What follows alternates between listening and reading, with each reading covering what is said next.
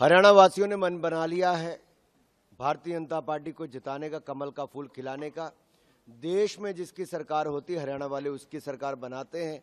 हिंदुस्तान में तीसरी बार हरियाणा वालों ने मोदी सरकार बनाई, भारतीय जनता पार्टी की सरकार बनाई, और हरियाणा में भी तीसरी बार भारतीय जनता पार्टी की सरकार बनेगी, हैट्रिक लगेगी। मारा हरियाणा, नॉन स्टॉप हरियाणा पड़े।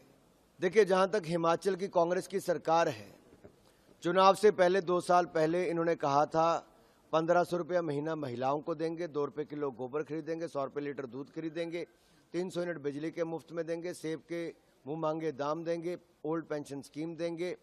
ऐसी अनेक को 10 गारंटियां दी थी। आज 10 में से एक भी गारंटी कांग्रेस ने हिमाचल में पूरी नहीं की। ना 2 रुपये किलो गोबर खरीदा, ना 100 रुपये लीटर दूध खरीदा। उल्टा बिजली मुफ्त में क्या मिलनी थी, जो मिलती थी वो भी बंद कर दी और बिजली का सेस लगा दिया, मिल्क सेस, पर्यावरण सेस। जो पानी मुफ्त में मिलता था उसके ऊपर 100 रुपये का सेस लगा दिया। यही नहीं, पेंशन तो 10-10 तारीख तक नहीं मिलती, नौकरी की टेंशन हो गई है। यानी कि जो नौकरी वालों को अब तनख्वाह की भी प्रॉब्लम आनी शुरू हो गई, क्योंकि उनकी तनख्वाह भी समय पर नहीं मिल पा रही। हिमाचल को दिवालियेपन की और कांग्रेस लेके जा रही है।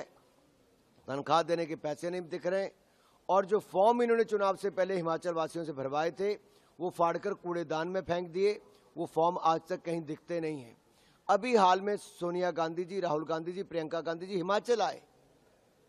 वो 2 मिनट हिमाचल वालों के लिए नहीं निकाल पाए कि 2 साल में जो वायदे किए थे वो पूरे क्यों नहीं किए। मेरा सवाल है इन तीनों से, राहुल गांधी जी, सोनिया गांधी जी से, कि जनता से जो वायदे हिमाचल में किए थे वो पूरे क्यों नहीं किए। आप हिमाचल आए तो जनता से क्यों नहीं मिले, छुट्टी में ना कर चले गए और वायदों की छुट्टी कर दी। जहां तक हरियाणा की बात है, 2006 में अगर स्वामीनाथन कमेटी की रिपोर्ट देश में आई थी, केंद्र और प्रदेश में कांग्रेस की सरकारें थी, इन्होंने स्वामीनाथन कमेटी की रिपोर्ट को लागू क्यों नहीं किया। दूसरा, उसी कमेटी के इंचार्ज हुड्डा जी को बनाया था ग्रुप ऑफ चीफ मिनिस्टर्स के।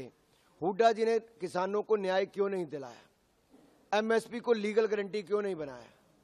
तीसरा मेरा सवाल है, हरियाणा में किसानों को 2 रुपये मुआवजा क्यों दिया, जबकि करोड़ों रुपए की जमीन किसी और को दे दी।